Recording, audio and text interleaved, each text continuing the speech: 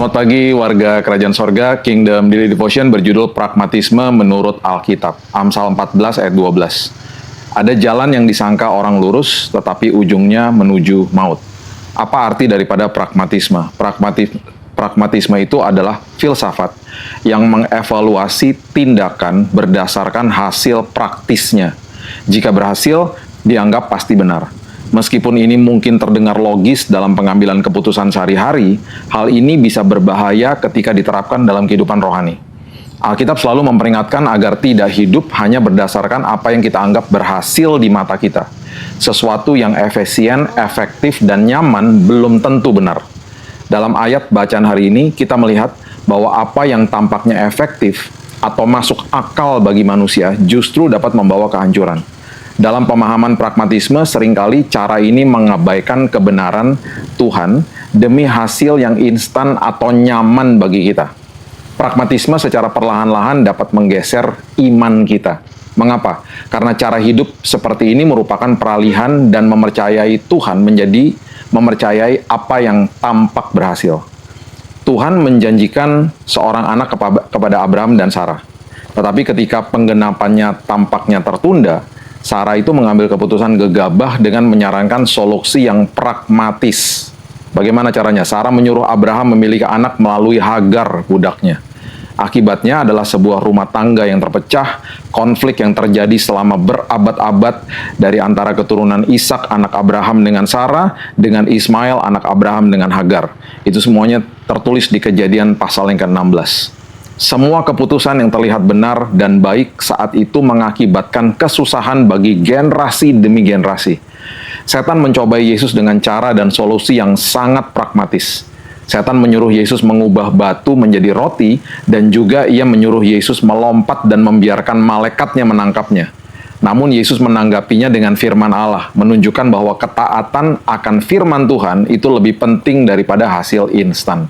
Matius 4 ayat 1-11. Firman Allah tidak memanggil kita untuk hidup berdasarkan pragmatisme, melainkan berdasarkan iman dan ketaatan. 2 Korintus 5 ayat 7 mengatakan begini, sebab hidup kami ini adalah hidup karena percaya, bukan karena melihat. Ini berarti kita tidak mengukur nilai suatu tindakan hanya berdasarkan cara praktis, efisien, atau efektifnya, tetapi berdasarkan ketaatan dan keselarasan dengan firman Tuhan dan juga kehendaknya. Jalan Tuhan tidak selalu paling efisien menurut standar manusia. Abraham menunggu 25 tahun sebelum memiliki anak. Nuh membangun bahtera sebelum ada hujan. Musa membelah laut, bahkan Yesus harus melewati kematian di kayu salib untuk menebus dosa kita. Tidak ada satupun dari peristiwa ini yang dianggap pragmatis. Sesuatu yang efisien, efektif, praktis, bahkan nyaman, bisa saja menghasilkan hasil yang cepat saat itu, tetapi bisa membawa kepada sebuah kehancuran. Namun, sesuatu yang dilakukan berdasarkan kebenaran firman Tuhan, walaupun melalui proses yang tidak nyaman, akan menghasilkan hasil yang berbuah kesaksian dan berkat bagi diri kita dan orang lain.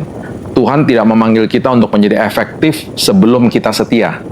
Hasil itu selalu penting, tetapi hanya jika mengalir dari ketaatan kepada kebenaran. Ketaatan mungkin tidak selalu terlihat berhasil, tetapi selalu pasti benar. Mari kita mulai hari yang baru ini dengan berdoa. Tuhan, terima kasih, mengucap syukur buat hari yang indah. Kami belajar bahwa pragmatis itu sangat-sangat bahaya. Kami harus bersandar kepada kebenaran firman, bukan terhadap apa yang mungkin sudah kami lakukan dan kami anggap berhasil bagi diri kami. Baik itu mungkin perjalanan hidup yang efektif, efisien, nyaman mungkin Tuhan, tetapi kami harus menguji segala-galanya dengan berdasarkan firman Tuhan. Kami mulai hari ini Tuhan dengan Tuhan, dan kami akan buka hari ini dengan kebenaran firman-Mu yang senantiasa menguasai kehidupan kami. Jalan-jalan hidup kami harus semuanya diuji dengan kebenaran firman. Dan kami percaya kembali hari ini Tuhan, firman-Mu yang berdaulat, firman-Mu yang menguasai alam pikiran dan juga hati kami. Kami mulai dan buka hari yang baru hanya di dalam nama Tuhan Yesus, Juru Selamat kami yang ajaib. Kami berdoa dan mengucap syukur.